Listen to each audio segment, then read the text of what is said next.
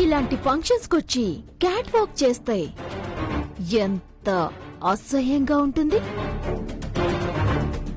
రేపు ఆ ఫంక్షన్ కొచ్చిన వాళ్ళెవరైనా నీకు ఫోన్ చేసి మీ ఆవిడేంటయ్యా అని నిన్ను అడిగితే నీ పరువేమవుతుంది? ఇవేవి నేను గీత మీద కోపంతో చెప్పట్లేదు. తను నాతో పోటీకొస్తే నేనెక్కడ ఓడిపోతానోనన్న భయంతోనే చెప్పట్లేదు.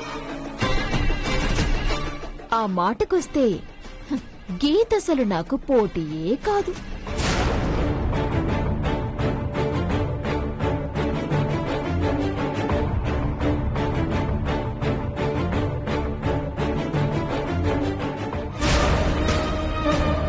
గీత, పోటీలో పాల్గొనమని నిన్ను రెచ్చగొట్టింది నేనే.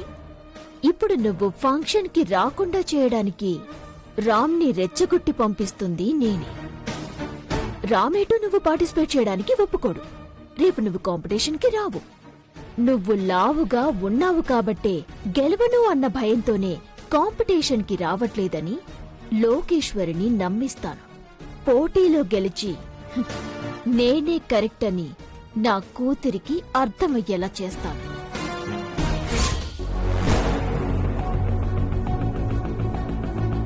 గీతా, గీతా, గీతా. ఏంటండి అలా ఉన్నారేంటి? ఏమే, నీ కంటికి ఎప్పుడు ఎదోలా కనబడుతుంటాను కదా, ఇప్పుడు అలా కనబడడం లేదా? ఏమైందండి? ఎందుకలా మాట్లాడుతున్నారు? మిస్సెస్ ఈస్ట్ గోదావరి కాంపిటీషన్ లో నువ్వు పార్టిసిపేట్ చేస్తున్నావా? అది మీకెవరు చెప్పారు? ఎవరు చెప్పారో కాదు, నువ్వెందుకు చెప్పలేదు అంటున్నా. చెప్దామనే అనుకున్నాను. వీడికి చెప్పేది ఏంట్లా అనుకున్నావా? అదేంటండి? నువ్వెందుకు చెప్పలేదు అనేది కోపం కాదే, అసలు ఎందుకు పోటీ చేస్తున్నావు అని అడుగుతున్నా. నీ ఆకారం ఎలా ఉంటుందో నీకు తెలీదా? ఎప్పుడు అద్దంలో చూసుకోలేదా? అది కదండి నేను చెప్పేది. ఏంటే నువ్వు చెప్పేది? ఇంత పర్సనాలిటీ పెట్టుకుని నలుగురిలో నువ్వు స్టేజ్ మీదకి ఎక్కి తైతక్కలు ఆడుతూ ఉంటే నలుగురు నవ్వుతారే. నలుగురిలో నన్ను నవ్వులు పాలు చేద్దాం అనుకున్నావా? ఏదైనా పోటీ అంటే ఎందుకే రెడీ అయిపోతావు? ఇలాంటి పోటీలు తెలివికి సంబంధించినవి కావే, అందానికి సంబంధించినవి.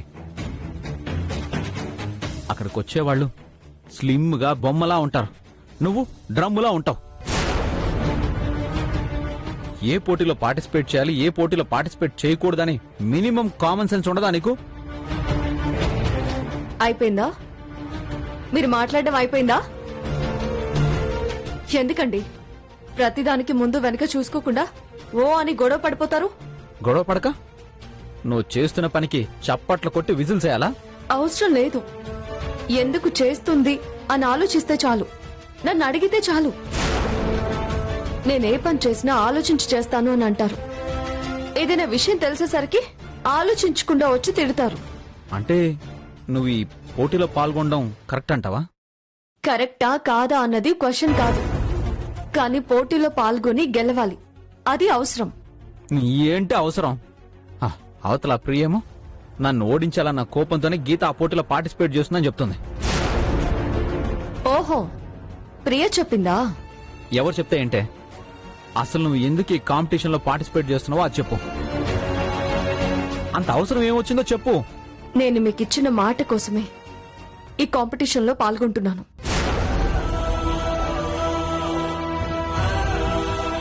నాకిచ్చిన మాట కోసం? అవునండి. లోకేశ్వర్ని తిరిగి ప్రియ దగ్గరకు చేర్చాలన్నదే మీ ఉద్దేశం, నా ఉద్దేశం కూడా. అవునా కాదా? అవును. అయితే దానికి కాంపిటీషన్ ఏంటి సంబంధం? ప్రియ సన్నగా ఉంటేనే గెలుపు భవిష్యత్తు అని లోకేశ్వరిని ఇబ్బంది పెడుతుంది. లోకేశ్వరిని ప్రియ ఇక మీదట ఇబ్బంది పెట్టకుండా ఉండాలంటే లావుగా ఉన్న నేను ఈ పోటీలో గెలిచి చూపించాలి. పైగా నేను ఈ పోటీల్లో గెలిస్తే లోకేశ్వరి ఈ కేసు వాపస్ తీసుకుంటానని నాకు మాటిచ్చింది.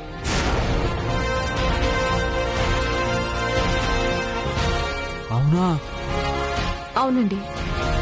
నేనేమీ పంతాల కోసమో, ప్రియ మీద కోపంతోనో, లేక నలుగురితో చప్పట్లు కొట్టించుకోవడానికో, నెత్తి మీద కిరీటం పెట్టించుకోవడం కోసమో కాదు. అర్థం చేసుకోండి. నువ్వు చెప్పేది బానే ఉంది, కానీ ఆ పోటీలో నువ్వు ఏమండి మీకు ఆ భయం ఏమీ అవసరం లేదు. ప్రియని లోకేశ్వరిని ఒకటి చేయడానికి నేను ఎన్ని అవమానాలు పడ్డానికైనా సిద్ధం, పోటీ పడ్డానికైనా సిద్ధం.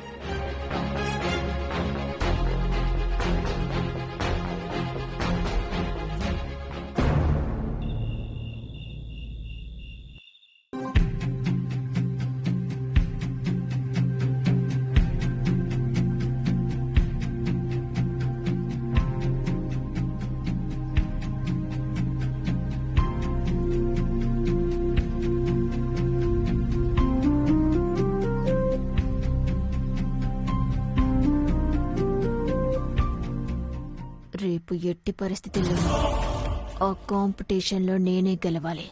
ఆ గీత ఓడిపోవాలి. నా కూతురు నేను చెప్పిందే కరెక్ట్ అనే నిర్ణయానికి రావాలి. స్లిమ్గా ఉంటేనే ఫ్యూచర్ అని అది తెలుసుకోవాలి.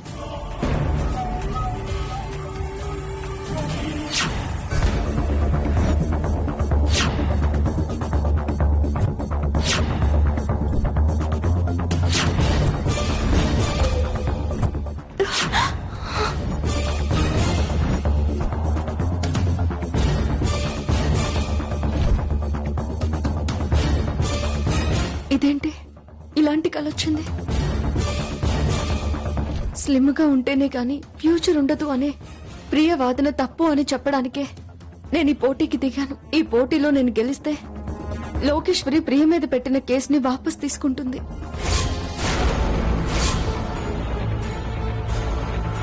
అందుకే కదా ఎలాగైనా ఈ మిసెస్ ఈస్ట్ గోదావరి కాంపిటీషన్ లో గెలవాలి అనుకుంటున్నాను. ఈ విషయం ప్రియకు తెలియకపోతే తన మీద గెలవడం కోసమే నేను ఈ పోటీలో దిగుతున్నాను అని ప్రియ అపార్థం చేసుకుంటుంది. అపార్థంతో ఎలాగైనా నా మీద గెలవాలని ప్రియ రేపు ఫంక్షన్లో ఏదైనా తప్పు చేస్తే లోకేశ్వరి దృష్టిలో ఇంకా చెడైపోతుంది. లేదు, ఈ విషయం ప్రియకి చెప్తే విషయం అర్థం చేసుకుని నిజాయితీగా ఉంటుంది. రేపటితో ఈ ప్రాబ్లం సాల్వ్ అయిపోతుంది. ఈ విషయం ఇప్పుడే ప్రియకి చెప్పాలి.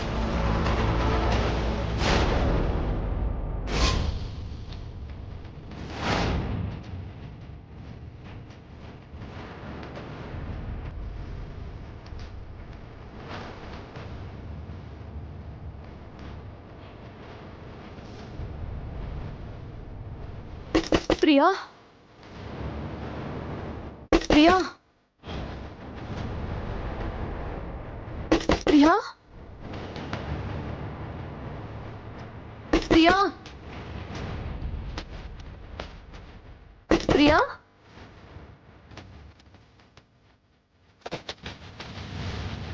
ప్రియా,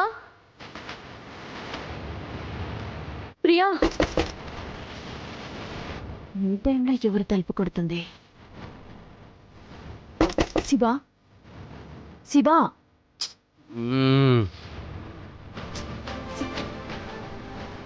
ప్రియా,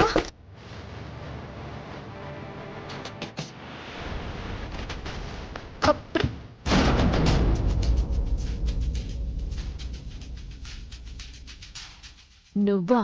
ఏంటి ఈ టైంలో? నీతో ఒక విషయం గురించి చెప్పాలి. నాతో రా. గీత, ఏంటి అర్ధరాత్రి పూట నాతో ఏం మాట్లాడాలి?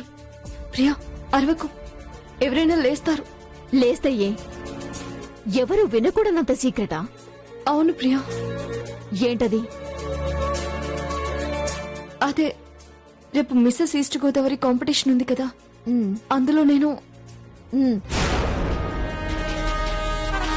ఆ కాంపిటీషన్ లో నువ్వు పార్టిసిపేట్ చేస్తున్నావు. నా మీద గెలుస్తావని ఇందాక నా కూతురు ముందు బిల్డప్ డైలాగులు కొట్టావు కదా. అంటే నా కూతురు ముందు బిల్డప్లు ఇవ్వడం, ఇప్పుడు నన్ను పక్కకు తీసుకొచ్చి మాట్లాడటం అంతేగా? నేను చెప్పేది విను ప్రియా. ఏం చెప్తావే? నీ ఉద్దేశం ఏంటో నాకు తెలియకపోతే కదా నువ్వేదైనా చెప్పడానికి, నేను వినడానికి. స్లిమ్ముగా ఉంటేనే ఫ్యూచర్ అనే నా నిర్ణయం తప్పు అని నా కూతురికి నిరూపించడానికే కదా నువ్వీ పోటీకి ఒప్పుకుంది. తీరా దాన్ని నాకు శత్రువుని చేసి నీ వైపు తిప్పుకోవడానికే కదా నువ్వు ఈ పోటీలోకి దిగుతుంది. అది కాదు ప్రియా. మాట్లాడదు. ఈ ప్రియ ఛాలెంజ్ అంటే ఛాలెంజే. ఏదైనా స్ట్రైట్ గా ఉంటుంది. ఇలా చాటుమాటు వ్యవహారాలు నాకు నచ్చవు. ఇక నీతో నాకు డిస్కషన్స్ ఏమీ ఉండవు. నువ్వు ఏం చెప్పాలనుకున్నా ఫంక్షన్ అయిన తర్వాతే. రేపు జరగబోయే ఫంక్షన్లో నేను గెలవడం ఖాయం. నీ నిర్ణయం తప్పు, నా అభిప్రాయమే కరెక్ట్ అని లోకేశ్వరికి అర్థమవ్వడం ఖాయం. నేను చెప్పేది కూడా లోకేశ్వరి నిన్ను అర్థం చేసుకోవాలనే ప్రియా. నా బిడ్డ నన్ను అపార్థం చేసుకోవడానికి కారణమైన నువ్వు అర్థం చేసుకోవడానికి కారకురాలవుతానంటే ఎలా నమ్ముతానే? అనవసరమైన డిస్కషన్స్ పెట్టి నా నిద్ర పాడు చేయకు. రేపు ఫంక్షన్లో కలుద్దాం. ప్రియా ప్రియా ప్రియా, నా మాట విను.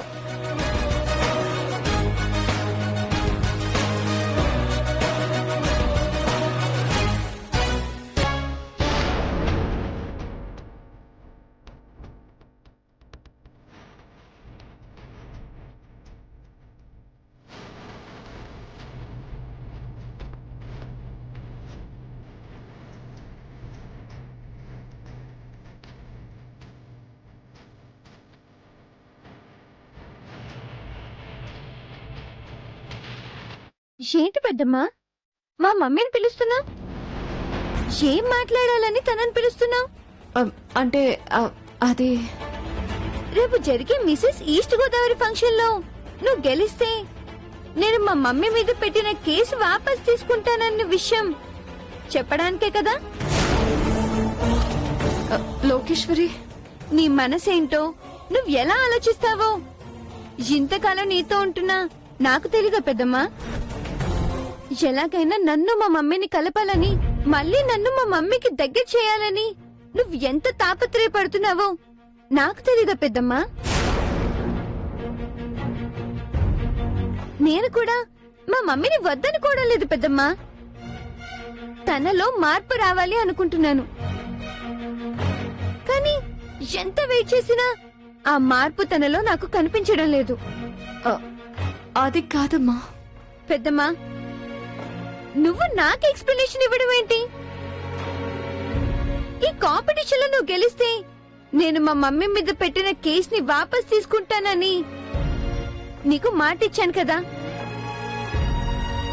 నేను ఆ మాట మీద నిలబడాలి అంటే ఫంక్షన్ అయ్యే వరకు ఎట్టి పరిస్థితిలోనూ ఈ విషయం మా మమ్మీకి నువ్వు చెప్పకూడదు.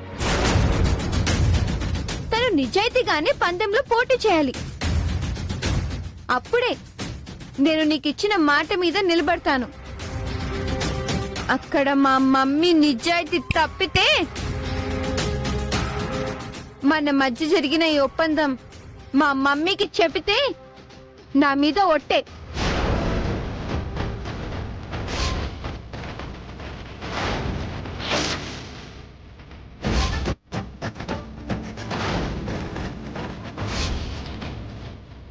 లోకేశ్వరి, ఇప్పటికే ఆలస్యం అయింది. రేపు మనం కాంపిటీషన్ కి వెళ్ళాలి. వెళ్ళి నిద్రపోద్దమ్మా.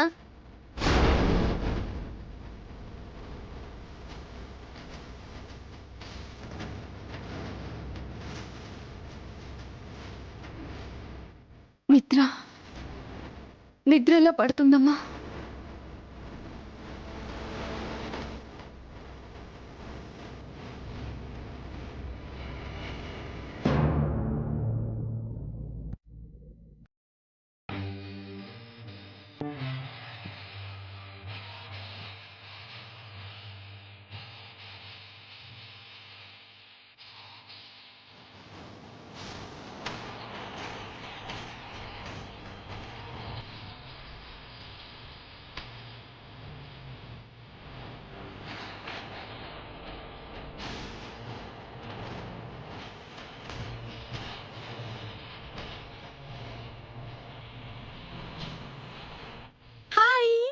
హలో, గుడ్ మార్నింగ్ అండ్ శుభోదయం. విక్టరీ కల్చరల్ అసోసియేషన్ వారి ఆధ్వర్యంలో రావులపాలెంలో నిర్వహించబడుతున్న మిసెస్ ఈస్ట్ గోదావరి కాంపిటీషన్స్ కి విచ్చేసిన మీ అందరికీ స్వాగతం, సుస్వాగతం. Miss India, miss Andhra, miss Hyderabad, miss Vizag ఇలా జరిగే కాంపిటీషన్స్ అన్నిటికీ కొన్ని లెక్కలుంటాయి. అందం, తెలివితేటలు, కొలతలు, కొలమానాలు. అయితే మిసెస్ ఈస్ట్ గోదావరి కాంపిటీషన్స్ కొలమానాలేంటి? ఈ కాంపిటీషన్ లో ఏ టెస్టులుంటాయి? జడ్జిలు విజేతలను ఎలా నిర్ణయిస్తారు అనేది ప్రస్తుతానికి సస్పెన్స్. జడ్జిలు పెట్టే అన్ని టెస్టులు పాస్ అయ్యి చివరికి విజేతగా నిలిచేది ఎవరు?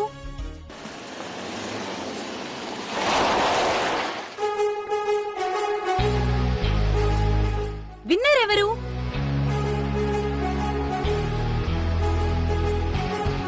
రన్నర్ గా నిలిచేది ఎవరు? Wait and see.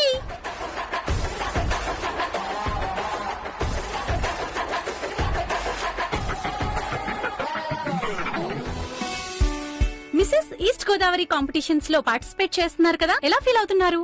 చాలా హ్యాపీగా ఫీల్ అవుతున్నామండి. మిసెస్ ఈస్ట్ గోదావరి కాంపిటీషన్స్ లో పాల్గొంటున్నారు కదా, మీరెలా ఫీల్ అవుతున్నారు? అసలు ఇలాంటి కాంపిటీషన్ ఇక్కడ పెడతారని మేమెప్పుడూ అనుకోలేదండి. Thank you. Hello. Hi. Mrs East Godavari competitions లో పాల్గొంటున్నారు కదా, ఎలా ఫీల్ అవుతున్నారు? చాలా కొత్తగా ఉంది. థ్రిల్లింగ్ గా ఉంది. Thank you so much. Thank you.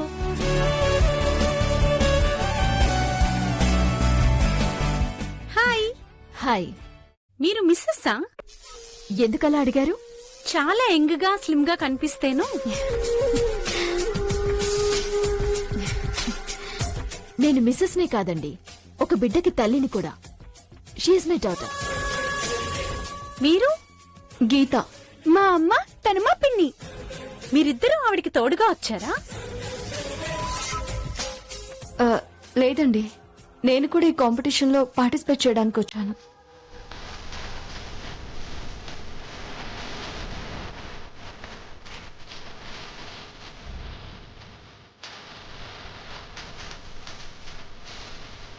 మీరు పార్టిసిపేట్ చేస్తున్నారా? ఏ, ఎందుకలా అడిగారు? అంటే మీరు లావుగా.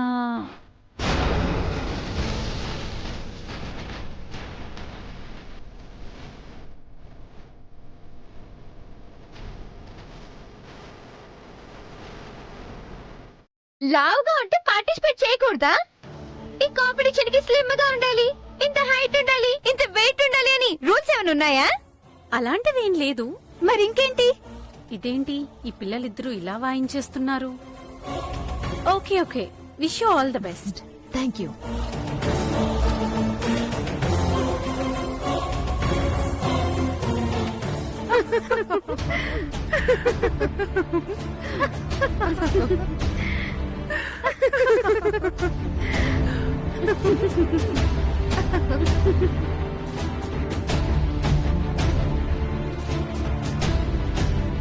చూసావా, వద్దు అంటే పంతానికి పోయి నాతో పోటీకొచ్చావు.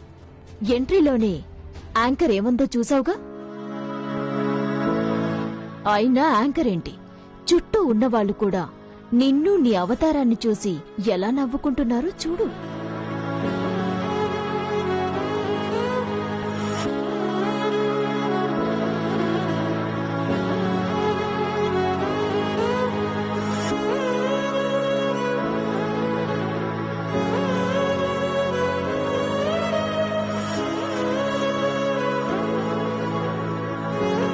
భక్తి కంటే పూజకి, దేవాలయాల కంటే నోట్లో నుండి శివలింగాలు, చేతిలో నుంచి విభూది తీసే బాబాలను నమ్మే మనుషులు నిజమే కావాలి అంటూ నిజాలకి దూరంగా బ్రతికేస్తున్న మనుషులు. నిజానికి వీరంతా భ్రమలోనే బ్రతికేస్తున్నారు.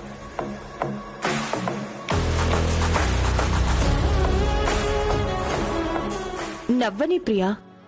ఇప్పుడు నవ్వుతున్న వాళ్లే నన్ను మెచ్చుకుంటారేమో, నన్ను హేళన చేస్తున్న వారే చప్పట్లు కొడతారేమో, చెప్పలేం కదా. ఏంటే కలలు కంటున్నావా? గెలుపు నాకు ముఖ్యమని చెప్తున్నాను. కారణమేంటనేది తర్వాత నీకే తెలుస్తుంది. అంటే ఏం చేస్తావు?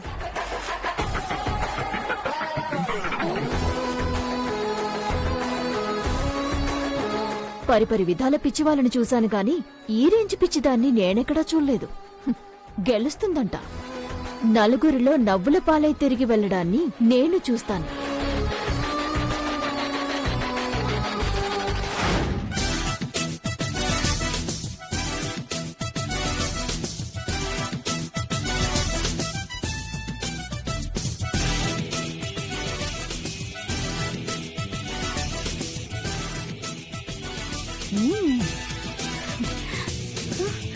హాయ్ ప్రియా.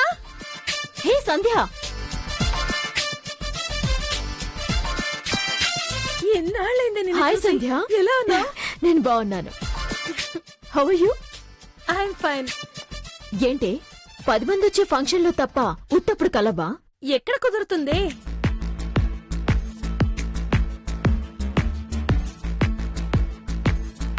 నిన్ను చూస్తుంటే నాకు జెలస్ గా ఉందే. దేనికే? పెళ్ళే ఒక బిడ్డకి తల్లయ్యాక కూడా ఫిజిక్ ని ఇంత బాగా మెయింటైన్ చేస్తున్నానే కదా. మరేమనుకుంటున్నావు ఈ ప్రియ అంటే?